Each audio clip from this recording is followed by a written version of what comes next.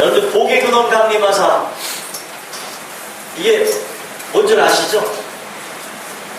어서 많이 들어본 문구 아닙니까? 복의 근원 강림하사. 어서 들어보셨어요? 찬송. 야, 찬송까지 들어보셨죠? 아까 전에 불렀습니까? 안 불렀습니까?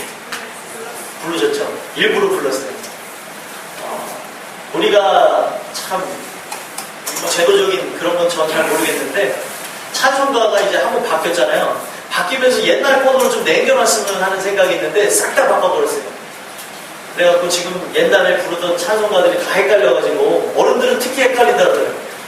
옛날 18번 찬양들이 있으셨어요. 그래서 18번 찬양이 뭐예요? 그러면은 뭐 어떤 분들은 뭐 404장 얘기하시는 분, 나 같은 죄인 살리신 뭐 이런 거. 405장이거든요. 404장은 이제 그 크시나 하는 장. 막 옛날 찬양에 그런 이제 18번들 얘기하는 게 편하셨는데 싹 바뀌었죠. 바뀌어가지고 좀 안타까운 면이 있는데, 그 와중에서 안 바뀐 찬양이 번호가 똑같은 게 이 복의 근원 강림하사 28장, 옛날이나 지금이나 똑같아요. 그래서 정말 그거 하나만으로 좀 감사하고 있는데, 말씀을 준비하면서 이 찬양에 메시지를 주시더라고요. 복의 근원 강림하사. 그 다음 구절 아십니까? 찬송하게 하소서. 우리가 지금 복에 대해서 생각할 때 고정관념은, 이 복이라는 것이 그냥 우리를 이 땅에서 형통하게 만드는 것이 복인 줄 아는데, 사실 복이라는 것은 우리 육신의 삶을 형통하게 만드는 것이 아니라 영혼의 삶을 형통하게 만드는 것입니다. 그래서 복의 근원 강림하사라는 그 뜻 자체는 다른 것이 아니라, 복의 근원이 누굽니까? 하나님으로도 표현할 수 있지만 예수 그리스도. 왜 그러냐면, 여러분들도 아시겠지만 복의 근원이라는 말이 옛날 개역 한글 성경에 보면, 우리가 지금 본 건 개역 개정입니다. 개역 한글 성경에 보면 아브라함을 부르시면서 아브라함에게 말씀하신 그 하나님의 말씀 중에, 아브라함에게 너는 복의 근원이 될지라, 이렇게 얘기했다는 거예요. 근데 지금 복이 될지라도 바뀌었죠. 근데 복의 근원이 왜 되어지냐고 하면은, 그것은 아브라함을 통하여서 뭐 많은 사람들이 아브라함을 축복하면은 뭐 복을 받고, 아브라함을 저주하면 저주받고, 이게 아브라함의 당대에 이루어지는 그런 말씀이 아니라 아브라함의 후손 가운데 메시아를 주시겠다는 말씀이었다는 거예요. 근데 오늘날 많은 분들이 그거를 그냥 복 받는 개념으로 인용을 하죠. 아브라함이 받았던 복을 기억하십니까? 아브라함이 복을 받았던 것처럼 여러분들도 복 받으시길 바랍니다. 네, 아멘 나오실 줄 알았어요. 이게 우리가 이게 익숙해진 거예요. 근데 아브라함이 받은 복, 물론 그 어떤 복이냐가 중요한 거죠. 복 받으실 줄 믿습니다. 그 복이 우리가 생각하는 물질의 복이 아니라는 거예요. 현세적인 복을 얘기하는 것이 아니라, 그 아브라함에게 주셨던 복은 바로 너의 후손 가운데, 정말 너가 정말 연약하고 부족하고 우상의 땅에서 살았지만 내가 너를 들어 세우는 것으로 인해서 너의 자손 가운데 메시아를 보내겠다. 예수 그리스도가 너의 가문에서 나오게 하겠다. 나는 놀라운 축복을 아브라함에게 주셨다는 거예요. 얼마나 놀라운 축복이에요. 그래서 아브라함의 자손, 여러분 성경을 보면은 서기관과 바리새인에게 예수님이 꼭 집어서 하는 말씀이 있어요. 너희들이 아브라함의 자손인 줄 아느냐 하면서 그들을 찝어서 그들을 책망하는 모습이 있는데, 아브라함의 자손이 되는 것은 오직 예수 그리스도를 통했을 때만이 아브라함의 자손, 구원의 반열에 드는 사람들이 된다는 것을 꼭 기억하셨으면 좋겠습니다. 그거를 모른다면은 오늘날 우리의 삶 속에는 문제가 많아요. 복의 근원은 오직 예수 그리스도이신 것을 믿으시길 간절히 소망합니다. 그래서 이 현세적인 복이 아니라, 이 땅에서 받는 복이 아니라 예수님을 통하여서 저 하늘에 가서 받을 복, 그리고 예수님이 영원한 복 되시기 때문에 그분을 모신 사람은 그 어디나 하늘나라, 이 땅에서도 천국에서의 삶을 누리고 살아갈 수가 있다는 것입니다. 그래서 그분이, 여러분들 복의 근원이 강림하시게 되면은 찬송가를 통해서 말씀을 드리면 찬송하게 하소서. 그분이 강림할 때에 진짜 찬송이 나오는 거죠. 여러분, 찬송이라는 것은 구원받은 자의 특권입니다. 믿으십니까? 우리가 구원받지 아니하고 내가 찬양한다고 하면은 그거는 찬양이 아니라 노래입니다. 은혜가 있는 자 안에서 나오는 것이 구원받은 것에 대한 감사를 노래로 표현하는 게 찬양이 되는 겁니다. 구원받은 자의 특권입니다. 특권. 여러분, 특권이라는 것은요, 우리가 기득권을 자랑하고 그걸 가지고 약자들을 약올리는 게 특권이 아니라, 그 특권이라는 것은 하나님 앞에 감사하기 위해서 만들어진 거예요. 믿으십니까? 세상의 특권은요, 약자를 약간 우롱하고 기만하는 게 있습니다. 그러나 이 영적인 특권은 우리가 아직 믿지 않는 사람들을 우롱하고 기만하는 게 아니라 내게 주신 그 은혜, 나는 값없이 받는 은혜 아닙니까? 죽을 수밖에 없는 우리의 삶인데 그분의 은혜로 구원을 받았으니까 그 사람과 나랑 비교했을 때 내게 은혜가 주어졌으니까 난 구원을 받은 거지, 그 사람보다 나은 행위로 인하여서 구원받은 게 아니라는 거예요. 그래서 여러분들이 구원을 받으셨다면 구원받지 못한 분들을 보셨을 때 불쌍히 여기고 그들을 사랑하는 마음을 갖고 한마디를 해도 전하셨으면 좋겠고요. 한마디를 해도 사람을 살리시는 말들을 하셨으면 좋겠어요. 제가 오늘 여러분들에게 아주 은혜로운 간증을 들려드리기 위해서 제가 오늘 아침부터 핍박을 받았어요. 하나님이 다 역사를 하시는 거예요. 여러분들 아시는 분은 아시겠지만 이 주일날 아침에 저희가 이야기도 좀 할 겸 나눌 것도 나누고 아침을 좀 활기차게 열어보자 해서 롯데리아나 맥도날드에서 커피와 햄버거를 먹고 아침을 딱 엽니다. 주일날 아침에 기도를 하고 거기서 이렇게 해서 산뜻하게 딱 여는데 그렇게 해서 거기서 만나신 집사님들도 있어요. 종종 어떻게 보면 거기서 깜짝 놀래요. 맨 얼굴로 서로 만나니까 서로 놀래요.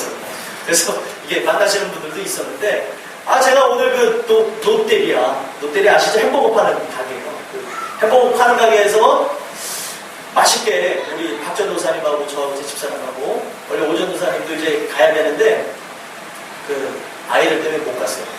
그래가지고 가서 이제 먹고 전도사님은 미리 출발하고 이제 아이들 운행한다고 가고 저희들은 여기 저기 신현동 거기 롯데리아에서 걸어 나오려고 하는데 콜라가 아쉽더라고요. 어차피 이거는 1,000원을 내면은 무한 리필이잖아요. 그래서 신창기 집사님은 맥도날드는 안 가신대요. 리필을 안 해줘서. 롯데리아로 가신다고 제가 전화를 드렸는데 왜 그러세요? 그랬더니 리필을 안 해줘요. 그래서 저도 리필을 받아가지고 또 나오면서 먹고 나오려고 했는데 이 콜라 한 잔을 딱 받아서 나왔어요.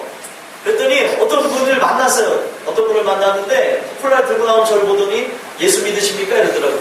얼굴이 아직 그 목사처럼 안 생긴 것이고 예수 믿냐고 물어보시더라고요. 그래서 제가 그분한테 제가 목사입니다. 딱 그랬어요. 그러면은 저는 서로 반갑게 저는 전도하시는 분을 보면서 참 좋게 봤거든요. 근데 그분이 저를 공격을 하시는 거예요. 목사라고 하니까 탁 달라붙더니 하는 얘기가 목사가 돼가지고 콜라를 마시고 있다고. 근데 아침부터 이 뒷목이 뻣뻣해지더라고요. 이게 좀 먹을 수도 있지. 이게 뭐 죽을 죄를 전하더니 그 다음 말이 아주 과하네. 콜라를 먹으면 천국을 못 갑니다. 내가 진짜 답답을 해가지고 도대체 누가 그걸 만들었어요? 성경 어디를 봐도 콜라를 먹어도 천국을 못 간다는 얘기 들어본 적이 없는데 그러면서 공격을 하는 거예요. 이 말할 가치도 없다 하면서 제가 이제 안 듣고 있는데 계속해서 막 공격을 하는 거예요. 마태복음 4장 4절, 마태복음 4장 4절. 아무튼 계속 이게 기억이 안 나나 봐요. 이게 나 추운 데서 하시다 보니까 여기에 말초신경이 얼어붙으셨는지 마태복음 4장 4절만 얘기하면서 막 얘기를 하는 거예요. 그랬더니 이 환경 공행 어쩌고 저쩌고 하면서 차 타고 다니는 사람들 다 망해야 되고 뭐 죽어야 되고 뭐 별 얘기를 다 하시더라고요. 그러면 우리 택시 하시는 우리 이분 기본사님 어떻게 하시나요? 별 얘기를 다 하는 거예요. 그러더니 아침에 2시간은 하나님이 주신 시간. 하면서 저희하고 대화도 안 해요. 어차피 저는 말도 안 듣고 알아봤어요. 그때 콜라 먹으면 천국 못 간다는 얘기 때부터 그냥 안 보고 있어요. 안 보고 있는데 저를 붙잡고 막 계속 얘기하는 거예요. 그랬더니 이제 저희 집사람한테 자꾸 이제 얘기하는 거 잘못 건드렸죠. 집사람 쌤인데 자꾸 이제 얘기하는 거예요. 2시간 어쩌고 저쩌고 하니까 딱 한마디 했어요. 율법 딱 이랬어요. 근데 딱 말문이 먹힌 거예요. 찔렸나 봐요. 자기는 아침마다 2시간씩 하나님께 시간을 바치는데 율법이네 율법. 딱 그랬더니 딱 말문이 막힌 거예요. 근데 한참 가만히 있더니만 또 따발총을 막 쏘는 거예요. 그랬더니 저희 집사람이 딱 한마디 했습니다. 마태복음 4장 4절만 하시나 봐요. 그랬더니 말문이 또 막혔어요. 그러니까 이 사람이 열이 오르고 핵심을 찔러버리니까 할 말은 안 나고 기억 안 나고 열받으니까 택시 하시는 분이 지나갔더니 예수 믿으세요, 예수 믿으세요. 아니 이 주일 아침에 차를 끌고 와, 뭐 사탄 마귀 새끼야 막 이러는 거예요. 제가 그걸 보면서 야 진짜 별 사람이다 했는데 저렇게 하면은 진짜 누가 교회를 다니겠냐. 그렇지 않습니까? 자기가 구원받은 건 알겠어요. 네? 진짜 구원받았는지는 제가 봤을 땐 천국 가면 그분 안 계실 것 같은데 자기가 구원받았다는 생각에 사로잡히니까 남을 무조건 무시하는 거예요. 보지도 않고 막 이상한 얘기를 하는 거예요. 뭐 천국에 못 가니 어쩌니. 그러니까 사모님이 딱 집어서 얘기했어요. 구원이라는 것은 오직 믿음으로 받습니다. 그랬더니 구원은 다 받았는데 무슨 환경공에 어쩌고저쩌고 해서 걸어 다녀야 되고 참 이상한 얘기만 하세요. 그래서 가치가 없다 했는데 계속 따라오시는 거예요. 횡단보도도 따라오고 저기 복된 교회 거기까지 따라오면서 막 이러시길래 창피해 죽겠는 거예요. 어떻게 해야 되나 뛰어갈 수도 없고. 근데 하나님이 천사들을 보내시는데 거기 앞에 안 믿는 사람들이 이렇게 막 오시더라고요. 그랬더니 그분들한테 달라붙어서 저희 도망갔어요. 같이 싸울 수도 없고 막 어떻게 말이 안 되고. 예? 데리고 오지. 데리고 와서 그런 마음이 들었어요. 만약에 시간이 있었으면 이렇게 데리고 와서 앉혀놓고 얘기하고 싶은데 막 우리한테 화가 나니까 사모님이 콕 집어서 핵심을 찌르니 화가 나니까 운전하시는 분한테 사탄 마귀 새끼들이. 제가 여러분들한테 뭘 얘기하고 싶냐면요. 우리에게 진짜 복이 있다는 거. 지금 우리가 말씀을 봤죠? 복 있는 사람분이라고 얘기하고 있어요. 그러면 여러분들 제가 말씀을 통해 질문을 드리는데 복 있는 사람이 어떤 사람입니까? 제가 아까 성경 말씀에 그 아브라함의 이야기를 창세기 12장 얘기를 잠깐 말씀드렸는데 복 있는 사람은 어떤 사람이에요? 예수 그리스도를 모신 사람이 복 있는 사람이에요. 믿으십니까? 이 성경에 있는 말씀을 쭉 보시면은 여기는 그냥 현세적인 복을 받은 사람이 아니라 영원한 복 되시는 예수 그리스도를 모신 사람이라는 거예요. 여러분들 우리가 늘 찬양하는 찬양 중에 우리가 넘기는 찬양 중에 우리가 이제 찬송가 1장도 하지 않습니까? 거기에 첫 소절에 뭐라고 합니까? 만복의 근원 하나님. 만복의 근원. 또 우리가 복의 근원. 이거는 다른 의미가 아니라 예수 그리스도를 상징하는 거예요. 그러면 예수 그리스도를 마음에 모신 사람, 예수 그리스도가 정말 마음속에 있는 사람은 어떻게 살아갈까요? 이 은혜를 진짜 받게 되어지면요, 값없는 은혜를 받은 거예요. 값없는 은혜를 받았는데 그 은혜가 정말 감사한 거는 누구에게나 주실 수 있는 은혜인데 60억 인구 중에 요즘은 뭐 71억이 된다는데 71억 인구 중에 나를 택하셔서 71억 명 중에 내게 주신 은혜니까 얼마나 감사하냐. 그러면 그 은혜는 우리가 노력에 의해서 남들보다 열심히 살아서 준 은혜가 아니기에 그 은혜를 갖고 자랑할 수도 없고 그 은혜를 갖고 누구를 정죄할 수가 없다는 거죠. 콜라 좀 마실 수 있죠. 왜 그걸 갖고 왜 축구를 못 간다고 왜 뒷목에 땡기냐고. 아침부터. 안 그래도 어제 축구하고 온몸이 다 땡기는데 뒷목까지 땡기더라고요. 이걸 어떻게 해야 되나. 여러분들 정말 본인이 구원을 받았습니다. 여러분들이 구원을 받았으면 남들을 향하여서 갖는 우리의 마음은 불쌍하고 그리고 예수님이 가지셨던 그 마음, 아직도 이 백성이 멸망의 길로 나가는 것에 대한 탄식하는 마음을 갖고 봐야 된다는 거예요. 예수님이 아주 적나라하게 콕 집어서 얘기했던 사람들은 성경을 안다고 하는 사람들에서 찝어서 그들의 잘못된 것을 이렇게 건드리면서 그들이 변하기를 원하셨던 것이지 아예 믿음이 없는 사람들에게는 사랑으로 다가가셨다는 거예요.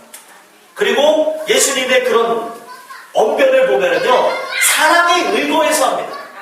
특권의식을 갖고 내가 하나님의 아들이니까 니네들 들어라 라는 그런 개념이 아니라 예수님께서는 우리 인간이 잘 이해할 수 있는 비유의 말씀, 알아먹을 수 있도록, 알아들을 수 있도록 그 부분에서 인간이 여러 가지 삶의 지식이 틀리지 않습니까? 모든 사람이 이해할 수 있는 언어로 하나님이 말씀하셨다는 거예요.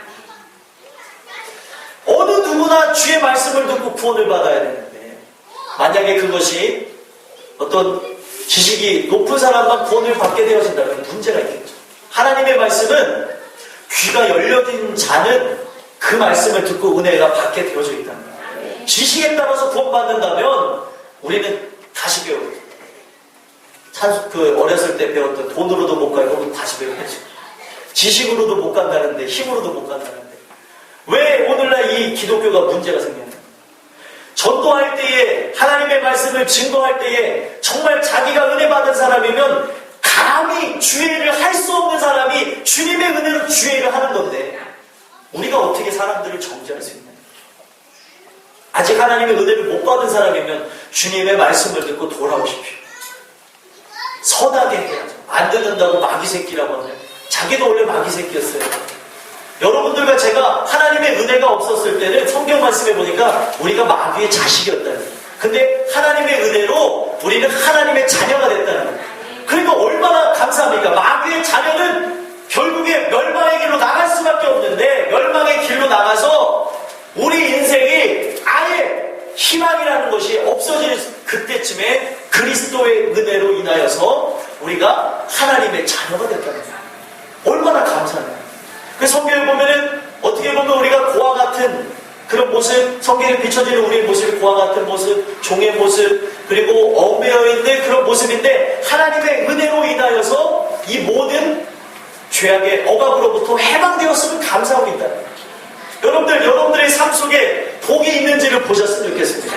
요번 12월 달은 반성과 도전의 달입니다. 마지막 달을 우리가 살고 있지 않습니까? 2013년 마지막 달을 살고 있는데, 내가 정말 복 있는 사람, 내 안에 예수 그리스도가 살아계셨는지를 보셔야 된다는 거예요. 믿으십니까? 그러니까 복 있는 사람은 이라는 뜻은 어떤 뜻이에요? 예수 그리스도를 마음에 모신 사람은 이라는 뜻이라는 거예요. 그런 뜻으로 해서 이것을 보시면 여러분 시편에 영원한 복에 대해서 많이 나옵니다. 이 부분에 대해서 물론 다는 아니지만 예수 그리스도로 도입해서 보면은 새로운 말씀이 열려지는 것들을 경험하실 수 있다는 겁니다. 여기서 말하는 복은요, 이 땅에서 형통한 복을 얘기하는 것이 아니었다는 것이죠. 정말 예수 그리스도를 마음에 모신 사람은 어떻게 살아가는 것인가, 그 살아가는 그 삶을 통하여서, 그 살아가는 그 삶의 열매를 통하여서 우리가 진짜 구원받은 사람인지, 정말 그 복이 있으므로 영원한 형통의 축복이 있는 사람인지, 천국 갈 만한 사람인지를 보라는 거예요. 그래서 우리가 1절 말씀에 보면 예수 그리스도를 마음에 모신 사람은 악인들의 꾀를 따르지 아니하며 죄인들의 길에 서지 아니하며 오만한 자들의 자리에 앉지 아니하고. 아멘이십니까? 아멘. 여러분들한테 질문을 드리겠습니다. 살아가면서 악한 생각이 들어와요, 안 들어와요? 들어오죠. 안 들어오신다는 분 계시면 그분은 신이에요, 신. 안 들어올 수가 없죠. 그리고 내가 싫어하는 스타일의 사람도 만날 수 있어요. 어디서든지 다 존재해요. 축구장에 있을 수도 있고, 우리 직장에 있을 수도 있고, 교회 안에 있을 수도 있고. 근데 중요한 것은요, 그 사람들을 보고 또 내 인생에 어떤 어려움과 환난을 겪으면서 악한 생각이 들어오는데, 복 있는 사람은 이 악인들의 꾀를 따르지 아니한다는 거예요. 이 악인들의 꾀가 무엇이냐면 악한 생각을 상징하는 거거든요. 악한 사람들이 꾀를 내어서 그 사람을 벌을 줘야겠다, 그 사람에게 골탕을 먹여야겠다, 어떻게 해줘야겠다, 악한 생각이 들어옴을 의미하는 것입니다. 근데 복이 있는 사람은 악한 생각이 들어온다 하여도 내 안에 돌리는 분이 누구예요? 예수님. 지금 우리가 이 예배드릴 장소를 뜨뜻하게 하기 위해서 뭐가 돌아가고 있습니까? 에어컨이 돌아가고 있진 않죠? 히터가 돌아가고 있잖아요. 이 히터가 돌아가서 지금 여기 안을 덮이고 있는 것처럼 우리 안에 동력이 되시는 예수 그리스도가 있다면 악한 생각을 마귀가 집어넣을지라도 그걸 튕겨낼 수 있다.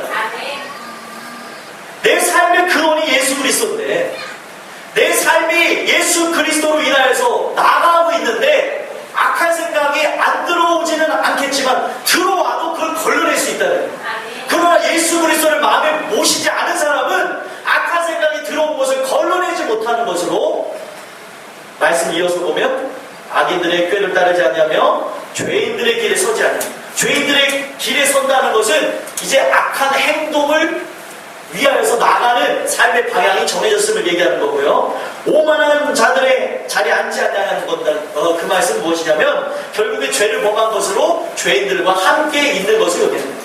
이건 뭘 상징하는 거냐면 죄악의 관영, 죄라는 것이 우리 안에 딱 들어와서 눈덩이처럼 점점 불어나는 것을 의미합니다.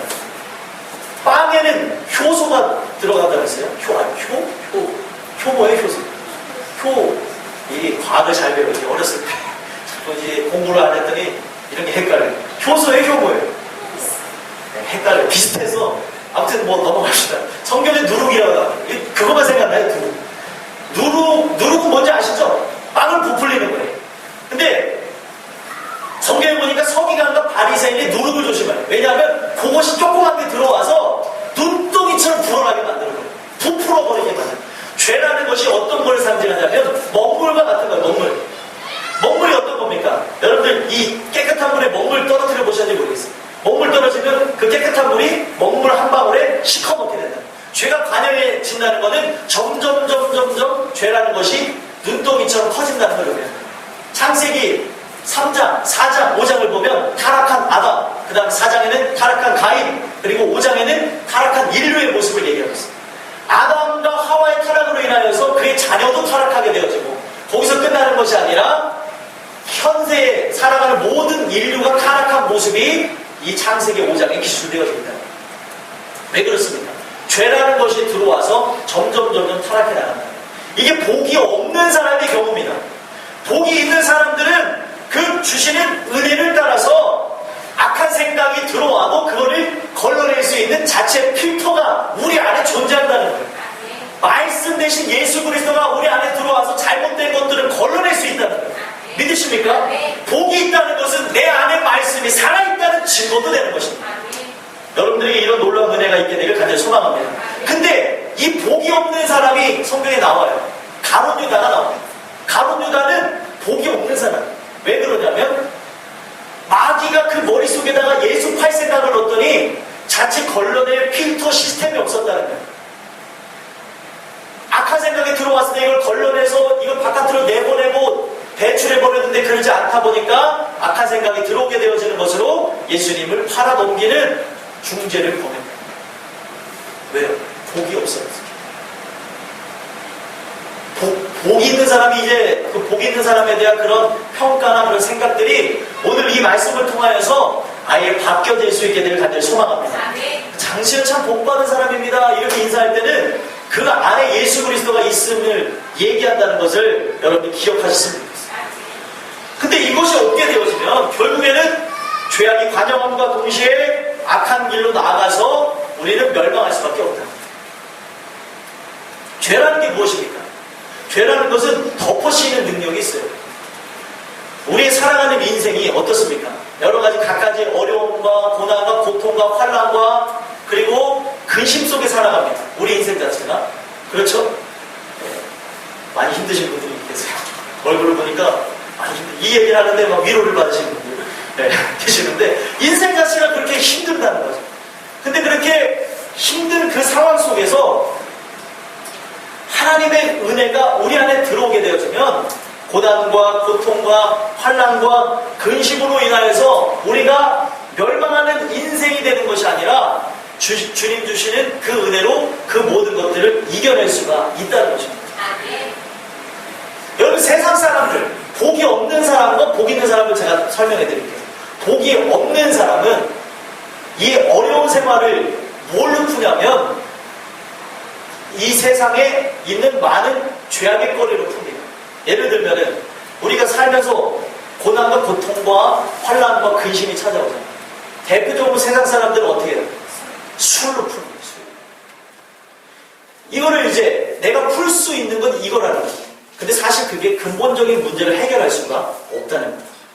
푼다고 해서 풀려지지도 않습니다. 그러다 보니까 결국에 우리 인생이 멸망으로 나가게 되는 거죠. 뭐 이런 얘기들이 들었었어요. 옛날에는 하루에 술 한 잔을 먹으면 몸이 건강한다 라고 했는데 새로운 연구 결과가 밝혀졌어요. 일주일에 술 5잔 이상을 마시면 우리의 신체가 망가지고 위험해질 수 있다. 이런 얘기들이 나오더라고요. 그래서 얘기를 들어봤더니 그 박사가 하는 얘기를 들어봤더니 먹지 말라는 얘기예요. 근데 지금 대한민국이 술 소비 문화가 얼마나 발달했습니까? 왜 그러냐면 인생이 힘들고 어렵고 고달프기 때문에 그것으로 스트레스를 해소하려는 것은 압니다. 그리고 나의 모든 것을 그것에 의지해서 풀어버리려는 그런 모습이 있습니다. 근데 복 있는 사람은 이 모든 상황을 보면서 나의 모든 인간의 힘으로 그것을 해결하려는 것이 아니라 그리스도를 통해서 해결한다는 거예요. 왜요? 근본을 바꿔버리는 거죠. 나의 근본이 바뀌어지지 않으면 우리는 결국에 그것으로 인해서 멸망할 수밖에 없다는 거예요. 여러분들의 살아가는 인생이 주님 주시는 그 은혜로 인하여서 여러 가지 삶 속에 그 죄를 정가시키고 죄를 뒤집어 씌우고 이것 때문에 그렇다 저것 때문에 그렇다 하면서 우리를 멸망의 길로 이끌어가지 마시고 오직 주님 주신 은혜로 인하여서 이 모든 것들을 예수 이름으로 밀어내시고 예수 이름으로 일어서는 여러분들의 삶이 될 수 있게 되길 간절히 소망합니다. 이것은 우리의 힘으로 되는 것이 아니에요. 우리 힘으로 되는 것이 아니에요. 복이 우리 안에 들어오면 자체적으로 이 모든 것들을 걸러내고 밀어낸다는 거예요. 믿으십니까? 그래서 2절 말씀에 보면 오직 여호와의 율법을 즐거워하여 그의 율법을 주야로 묵상하는 도다. 복이 들어왔으므로 예수 그리스도가 들어오셨으므로 말씀 대신 그 하나님이 내 안에 들어오셨으므로 율법 자체, 하나님 말씀 자체가 즐거워진다는 거예요. 믿으십니까? 말씀이 즐거우셔야 돼요.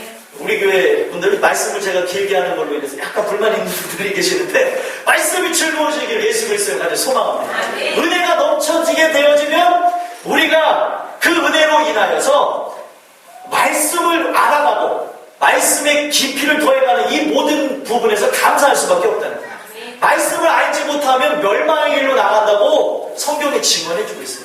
그러면 내 안에 복 되시는 예수님이 들어오게 되어지면 예수님은 어떤 분이십니까? 살아있는 분이에요. 살아있는 분이 여러분들 안에 들어오시면 어떻게 되어질 것 같아요?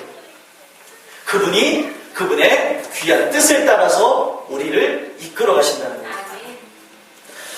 복의 근원 강림하사 2절에 보면은 주의 크신 도움받아 이때까지 왔으니 복이 들어와서 그 예수님이 들어와서 그 예수님의 도움을 받아서 우리를 지금까지 끌고 오셨다는 거예요. 그거를 뭐라고 얘기합니까? 전문용어로 에베네셀 하나님께서 여기까지 우리를 인도하셨다. 하나님이 우리와 함께 하신다. 임마누엘 하나님이 늘 우리와 함께 하시잖아요. 믿으십니까?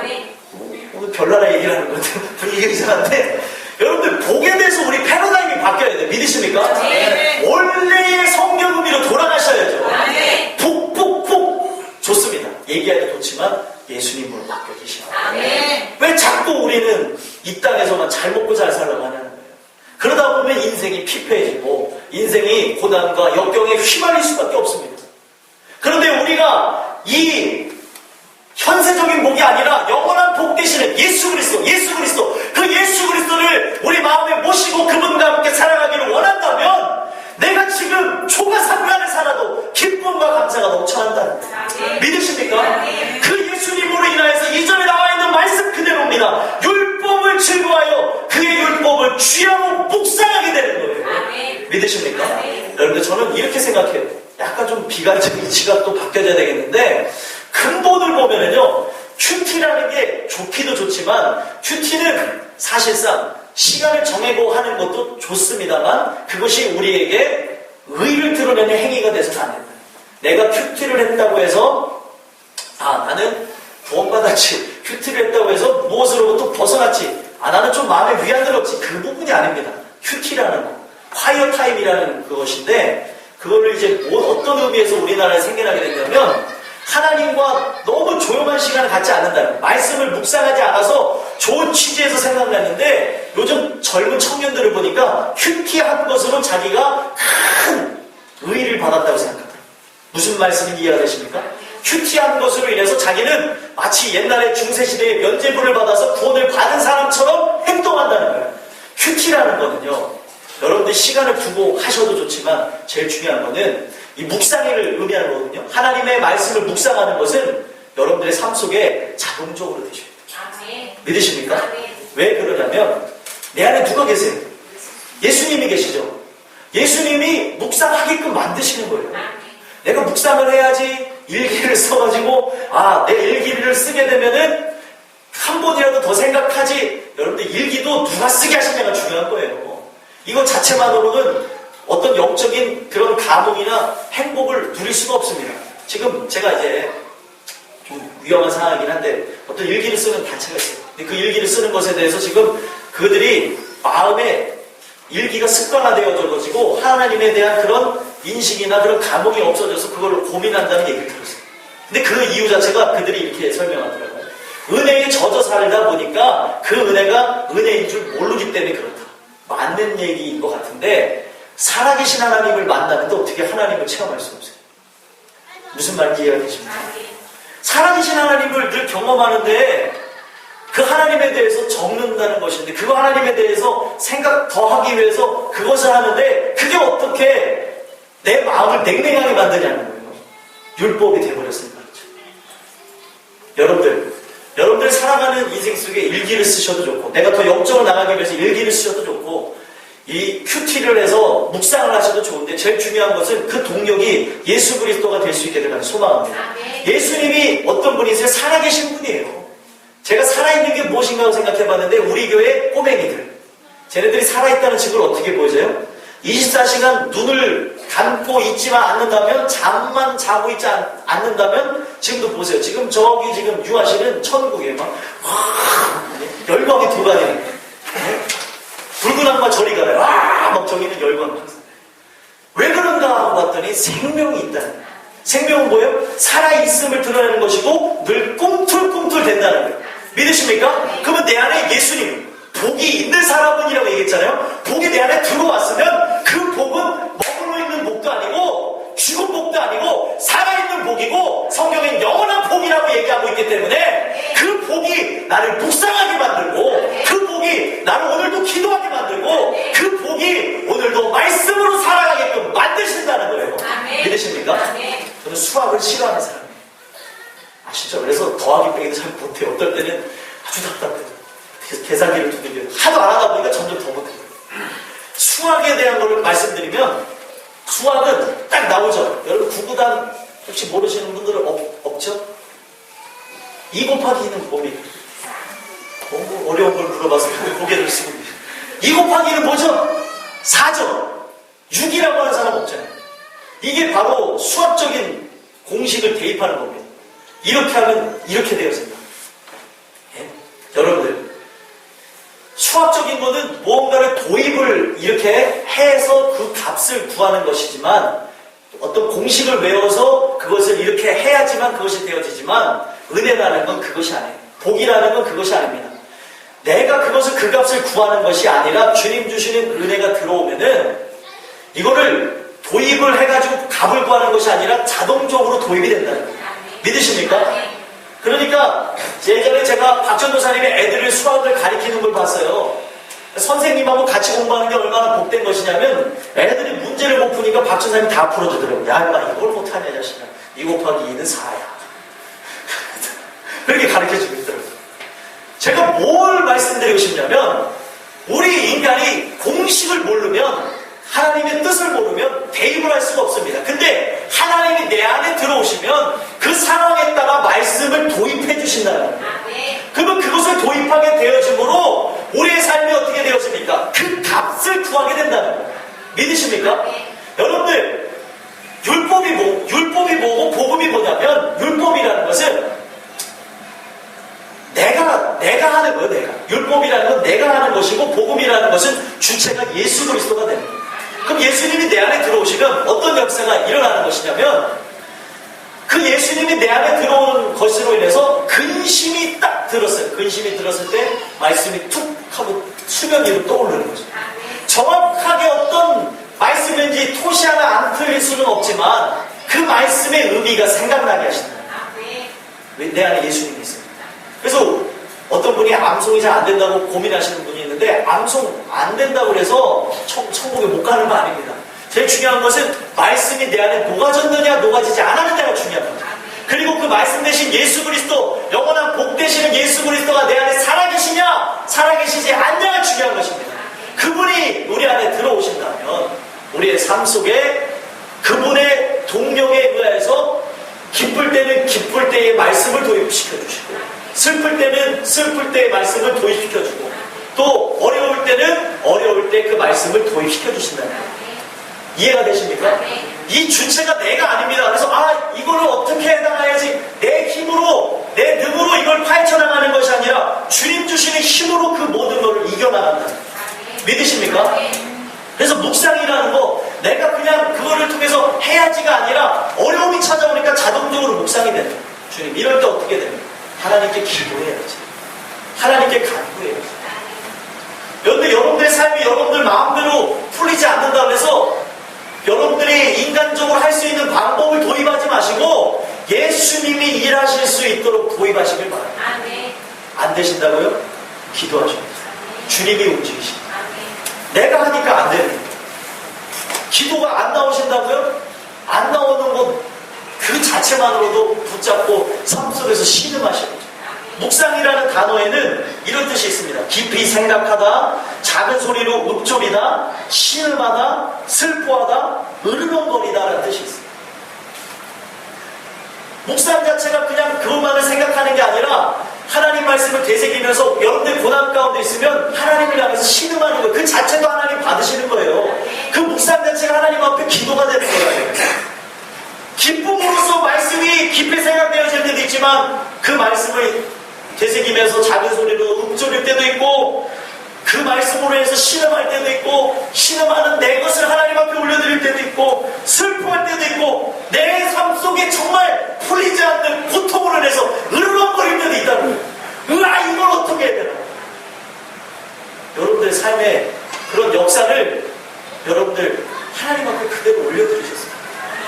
안 된다고요? 그것은 내 힘으로 하니까 안 되는 것입니다. 하나님께 기도하세요. 하나님께 간구하세요. 그러면 하나님이 내 안에서 역사하셔서 여러분들의 삶 속에 기도의 자리, 예전에는 우리가 오만한 자리에 앉아 있었다면 기도의 자리, 은혜의 자리, 말씀의 자리에 앉게 하셔서 우리를 살리시고 우리를 이끄실 것을 믿으시길 간절히 소망합니다.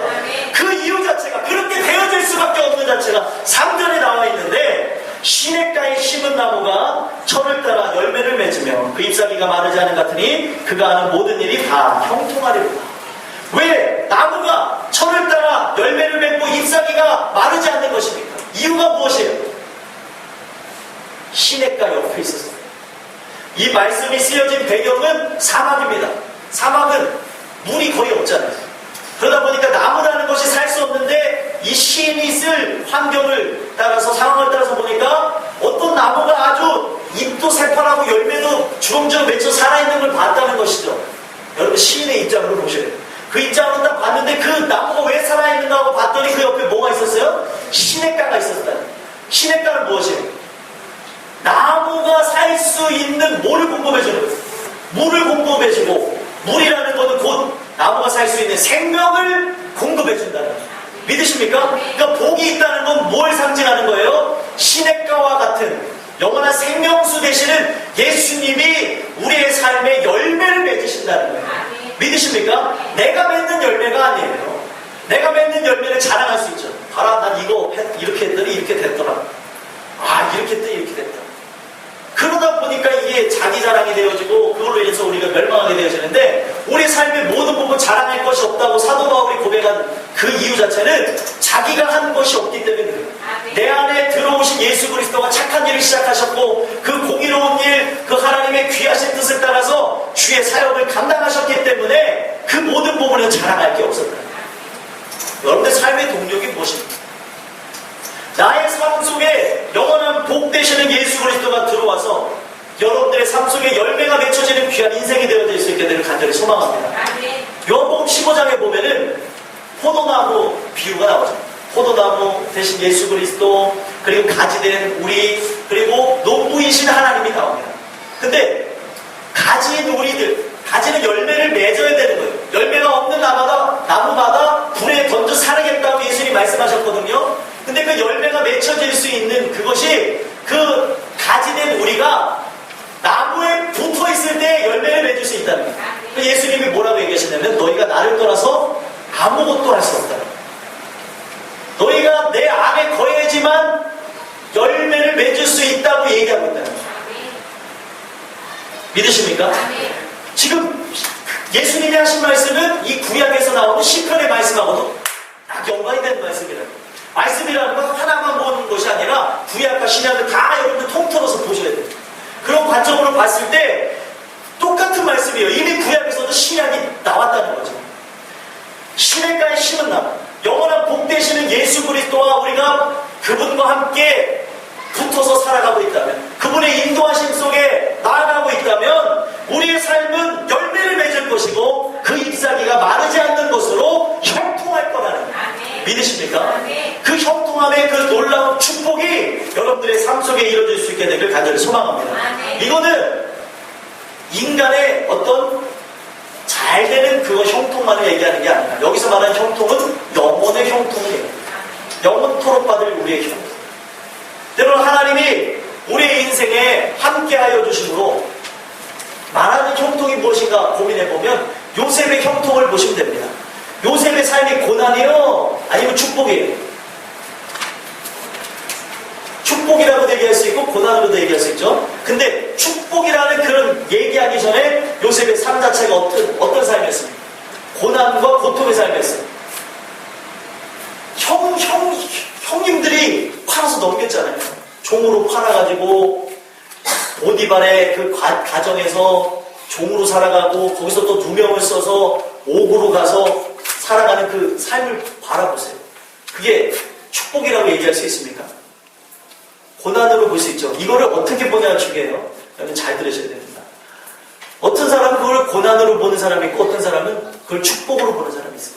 근데 저는 고난과 축복을 떠나서 여러분들 뭘 보셔야 되냐면, 하나님이 함께하는 사람은 우리의 인간의 시각으로 만약에 고난으로 봐서도 고난이 축복의 상황으로 바뀌어졌다는 거예요. 우리가 때로는 여러 가지의 삶에 내가 원하지 않는 일, 하나님의 그 강권하신 은혜에 의해서 우리는 감옥에 들어가는 감옥과 같은 그런 인생, 그리고 어떻게 보면 고난과 고통에 연속이 되어지는 그 삶에 갇힐 수도 있다는 것이죠. 그리고 내가 원치 않는 환경 가운데 나갈 수도 있어요. 근데 하나님의 은혜를 입은 요셉을 보니까 하나님이 그와 함께 하심으로 그가 형통하였더라. 무슨 말인지 이해가 되십니까? 우리가 고난과 고통이 없으라는 법이 없습니다. 고난과 고통이 있을지라도 하나님의 은혜가 있고 복이 있는 사람은 진짜 형통하게 된다는 거예요. 그곳에서도 천국의 삶을 누린다는 거예요. 여러분들 감옥에 있는 요셉에게 재산이 있었습니까? 감옥에 있는 요셉에게 재산이라는 것 자체는 없었어요. 근데 하나님이 함께 하시는 그것으로 인해서 그가 진짜 참 행복을 누리고 살았다는 거죠. 하나님이 일하실 때, 하나님이 자기에게 주신 꿈 자체가 이루어질 때를 기다리면서 나갔다는 거예요.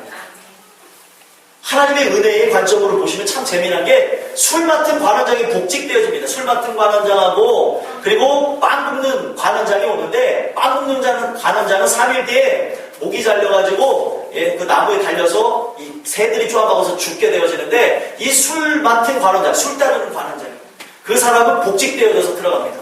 근데 복직되어질 때 요셉이 이런 얘기를 해요. 당신이 이 복직되어질 때에 나를 기억해서 그 왕한테 자기 좀 얘기해달라고. 나는 여기 올 사람도 아닌데 여기 오게 됐습니다. 그런데 성경에 봤더니 술 맡은 관원장이 그것을 잊어버렸대요. 그게 은혜예요. 그게 은혜.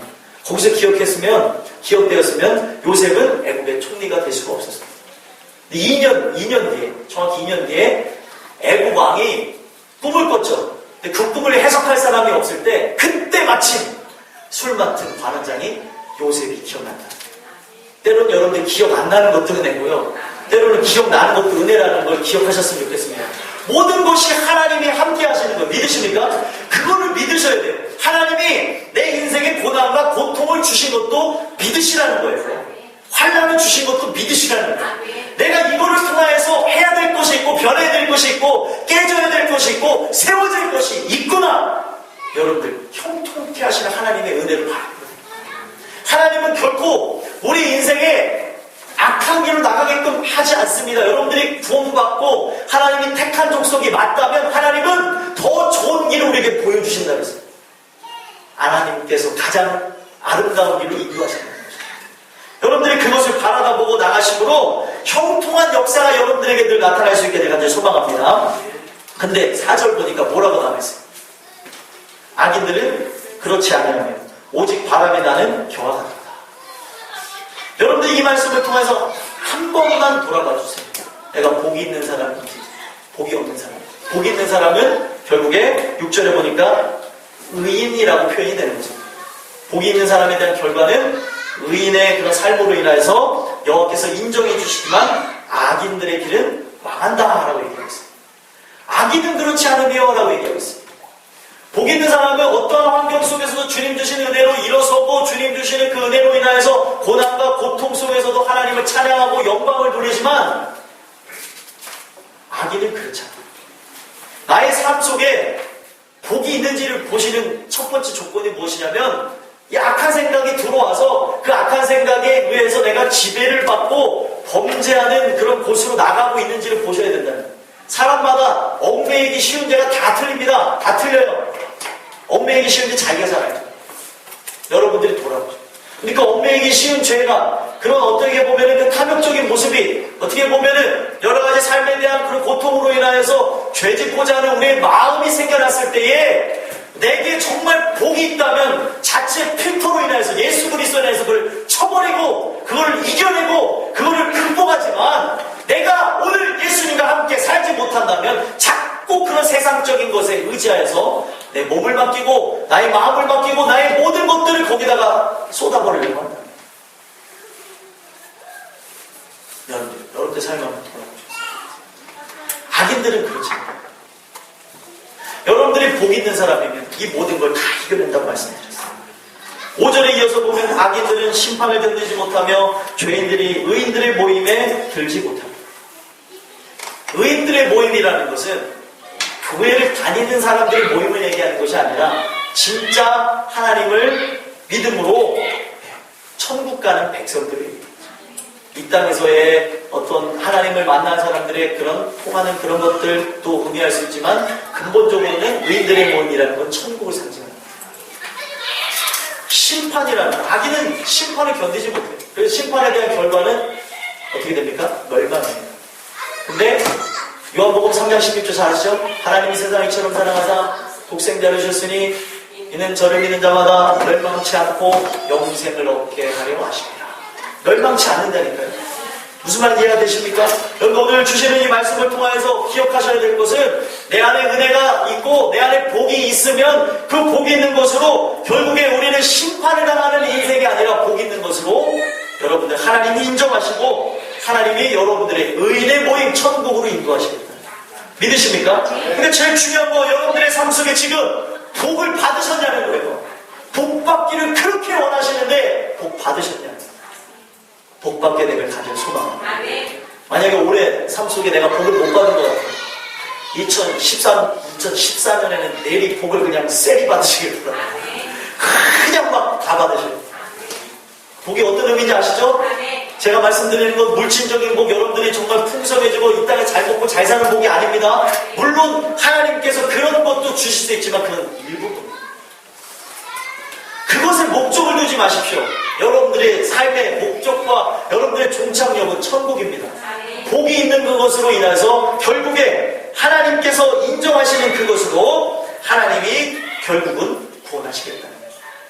믿음의 결국은 영원 구원을 받습니다.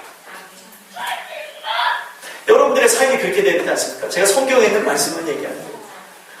복이, 우리 복복복복 하면서 복을 쫓아가는 인생이라고 하고, 새해부터 우리는 인생을 새해 복 많이 받으세요라고 하는데, 여러분들, 진짜 그 의미 자체가 하나님 주시는 은혜로 바뀌어져서 세상이 원하는 복을 원하는 우리 인생이 아니라, 정말 예수님을 마음에 모심으로 천국 가는 인생이 여러분들과 제가 될 수 있기를 소망합니다. 주시는 이 말씀을 여러분들 삶 속에 잘 적용하셔서, 내 안에 말씀이 있는가? 정말 내 안에 예수님이 있는가? 돌아다 보셨으면 좋겠고요. 만약에 여러분들의 삶 속에 내가 말씀이 있는 것 같은데 그 말씀을 통하여서 믿음이 생겨나지 않는다. 성경에 분명히 그리스도의 말씀을 들으면서 믿음이 생겨난다고 하는데 내 삶 속에 그 믿음의 모습, 의인의 모습, 하나님이 나를 사랑하셔서 복을 준 모습이 없는 것 같다면 오늘 이 말씀을 토대로 기도를 시작하시는, 그럼 하나님이 여러분들에게 다 복을 주실 것이라 저는 믿습니다. 그래서 결국엔 우리 복 있는 사람이 돼서 우리 땅끝교회 모든 식구, 어린 심령에서부터 노년에 이른 모든 분들까지 천국 가는데 부족함이 없는 우리 땅끝교회 모든 식구들이 될 수 있게 되길 예수 그리스도의 간절히 소망합니다. 기도하겠습니다. 하나님 감사합니다. 오늘 이 말씀을 통하여서